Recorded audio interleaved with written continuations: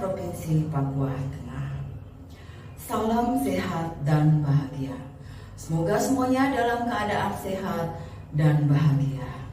Perkenalkan, saya Suprawati, guru sekaligus anggota MGMP IPA Kabupaten Mimika.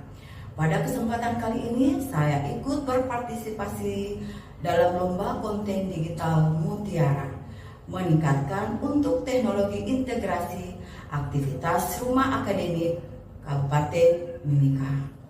Pada video edukatif kali ini, saya mengangkat materi listrik statis.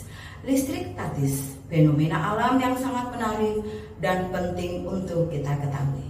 Video materi listrik statis bagian pertama ini akan mengulas tentang konsep dasar listrik dalam kehidupan sehari-hari, teori atom, interaksi antar muatan listrik, dan elektroskop. Konsep dasar listrik.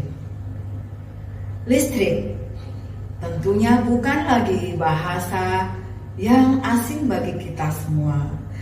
Listrik adalah salah satu bentuk energi. Listrik merupakan aliran elektron melalui suatu kawat penghantar. Dalam ilmu fisika, kita mengenal dua jenis listrik. Nah, listrik apa sajakah itu? Yaitu listrik dinamis dan listrik statis. Tentunya istilah ini sering kalian dengar dalam kehidupan sehari-hari. Kalian sudah melihatnya, tetapi mungkin belum bisa membedakannya. Baik, kita akan mengulas tentang listrik statis dan listrik dinamis. Listrik dinamis adalah listrik yang dapat mengalir.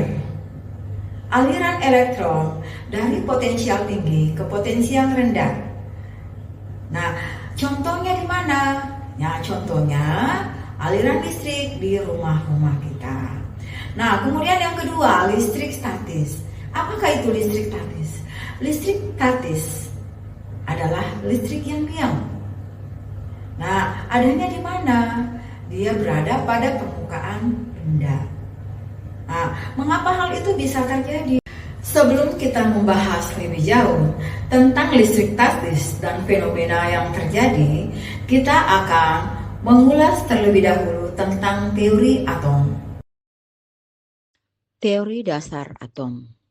Tentunya kalian masih ingat apa itu atom. Masih ingat ya semua? Atom adalah dasar penyusun materi. Atau dengan kata lain, unit terkecil penyusun materi. Atom tersusun atas dua bagian. Yang pertama adalah inti atom yang tersusun atas neutron dan proton. Dan yang kedua adalah kulit atom yang tersusun atas elektron. Neutron tidak bermuatan, proton bermuatan positif, dan elektron bermuatan negatif.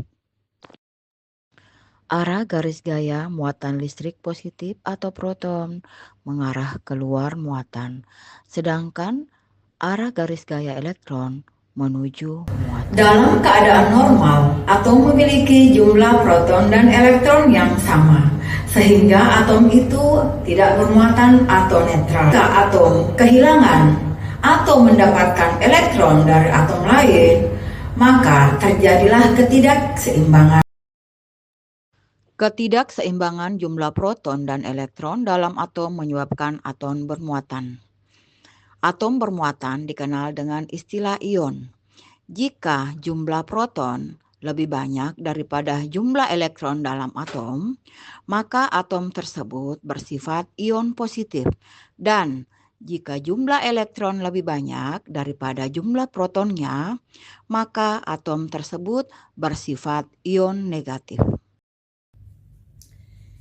Interaksi muatan listrik. Bagaimana jika dua buah muatan kita dekatkan? Jika muatan yang sejenis kita dekatkan, maka terjadi interaksi atau gaya tolak-menolak. Dan jika kita dekatkan muatan yang berbeda, maka akan terjadi interaksi atau gaya tarik-menarik. Dalam keadaan normal, atom memiliki jumlah proton dan elektron yang sama sehingga muatan listriknya netral. Listrik statis terjadi ketika muatan listrik pada suatu benda tidak seimbang, sehingga menyebabkan benda tersebut memiliki kelebihan muatan listrik. Hal ini dapat terjadi karena beberapa cara, seperti gesekan, induksi, dan konduksi. Dalam kehidupan sehari-hari, kita sering menjumpai gejala seperti petir, gaya tarik antara rambut dan sisir plastik, gaya tarik antara baju dan penggaris plastik, percikan api saat melepaskan baju wol, gaya tarik antara balon dan dinding. Gejala-gejala tersebut merupakan gejala listrik statis. Listrik statis karena gesekan. Gesekan dapat menyebabkan listrik statis karena elektron dapat berpindah dari satu benda ke benda lain. Misalnya, ketika kita menggosokkan balon ke rambut, maka elektron dapat berpindah dari rambut ke balon, sehingga balon menjadi bermuatan negatif dan rambut menjadi bermuatan positif. Listrik statis dapat terjadi karena induksi. Induksi dapat menyebabkan listrik statis karena muatan listrik pada suatu benda dapat mempengaruhi muatan listrik pada benda lain. Misalnya, ketika kita mendekatkan benda bermuatan ke benda netral, maka muatan listrik pada benda netral dapat terinduksi, sehingga benda netral menjadi bermuatan. Juga dapat terjadi karena konduksi. Konduksi dapat menyebabkan listrik statis karena muatan listrik dapat dipindahkan melalui suatu benda konduktor. Misalnya ketika kita menyentuh suatu benda ke suatu benda konduktor, maka muatan listrik dapat dipindahkan ke benda konduktor tersebut sehingga benda konduktor menjadi bermuatan. Petir merupakan salah satu contoh listrik statis yang sering kita jumpai dalam kehidupan sehari-hari. Petir adalah fenomena alam yang terjadi ketika muatan listrik di atmosfer bumi menjadi terlalu besar dan menyebabkan loncatan listrik yang sangat besar. Tahapan terjadinya petir sebagai berikut.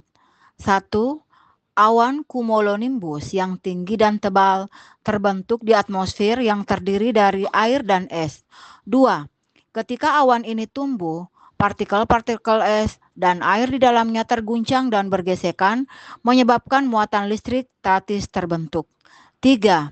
Muatan listrik positif terkumpul di bagian atas awan, sedangkan muatan listrik negatif terkumpul di bagian bawah awan. 4. Ketika perbedaan muatan listrik antara bagian atas dan bagian bawah awan menjadi terlalu besar, terjadilah loncatan listrik yang kita kenal sebagai petir. 5. Petir dapat menyambar tanah atau objek lain di sekitarnya yang menyebabkan kerusakan dan bahkan kebakaran. Petir ini adalah contoh listrik statis yang sangat kuat dan dapat menyebabkan kerusakan besar jika tidak diatasi dengan benar. Dari penjelasan tadi, tentunya kalian sudah memahami proses terjadinya petir yang sering kita jumpai dalam kehidupan sehari-hari.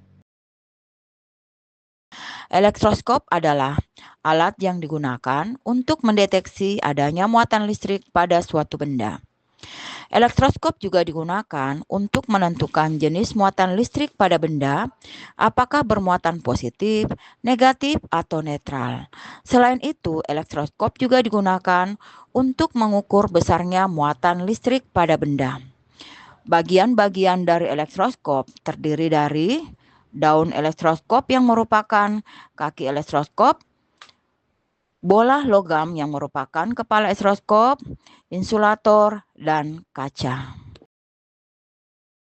Prinsip kerja elektroskop.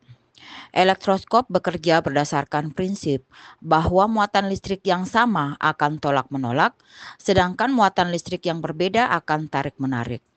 Elektroskop terdiri dari 2 lembar logam yang dapat bergerak bebas, biasanya terbuat dari emas atau perak. Cara kerja elektroskop. 1. Jika benda bermuatan listrik didekatkan ke elektroskop, maka muatan listrik pada benda akan mempengaruhi lembaran logam.